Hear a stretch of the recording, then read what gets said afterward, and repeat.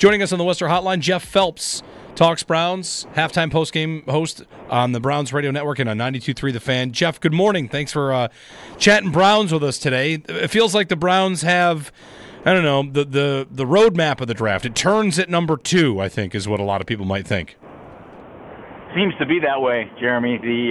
Everybody's saying it's starting at number 2 because it's, I think, still a question as to what the Browns are going to do. I know Adam Schefter, you guys just mentioned the Travis Hunter reports. That's become hot. It was Abdul Carter for the longest time, and the Shedeur Sanders storyline doesn't go away. And I think the Browns have 3 good choices there. They just have to nail this. And I think, guys, if they determine that Shedeur Sanders is a guy who could be a top 10 quarterback in the NFL, I don't know how the Browns, who need a quarterback, don't take him. But I also know that the owner has said, we're not going to force it, we're not going to reach, and I think that's good, but they just can't miss this pick. Yeah. If he's good, they better take him.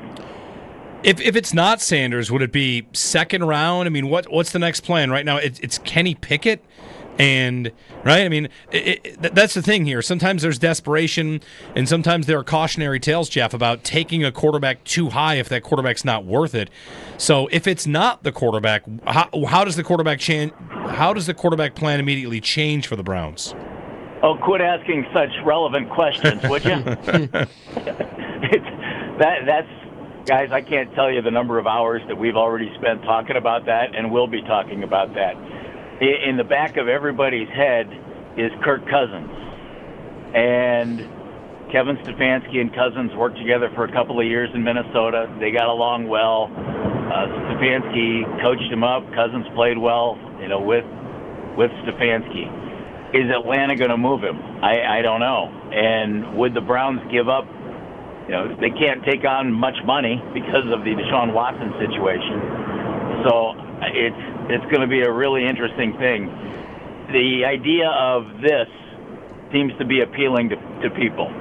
Somehow Cousins gets here. You draft a quarterback round 2 or later, or trade back up into the first round and pick up a guy like Jackson Dart or Jalen Milroe or Tyler Shuck.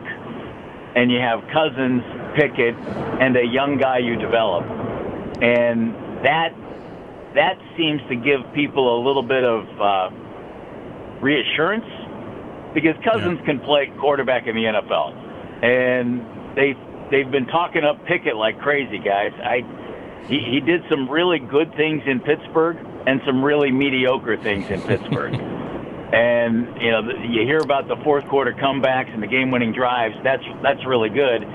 You look at the overall stats, they're not that impressive.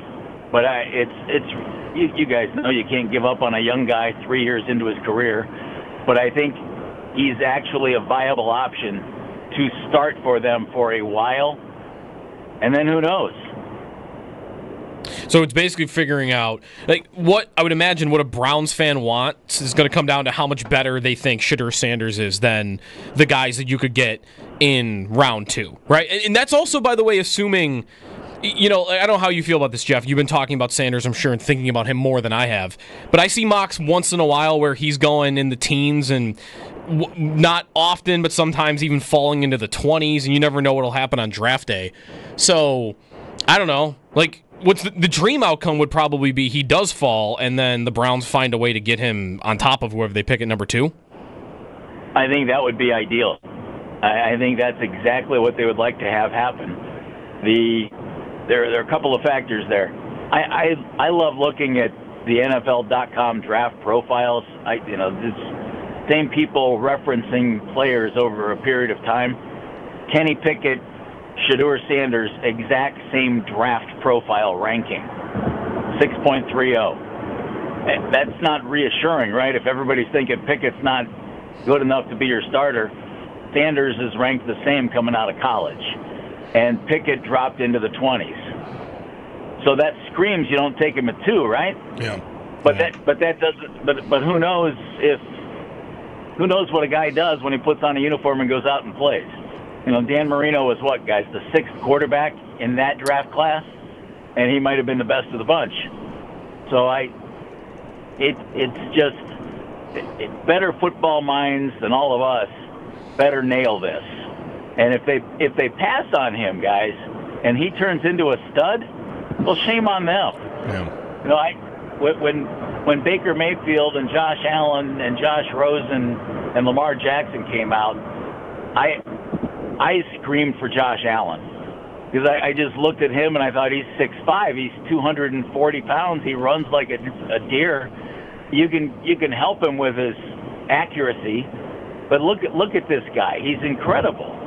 And instead, the Browns took Baker Mayfield, who's certainly a competent quarterback, but they missed by their own admission because they thought they needed to go get another quarterback better than Baker, and they went out and got Deshaun.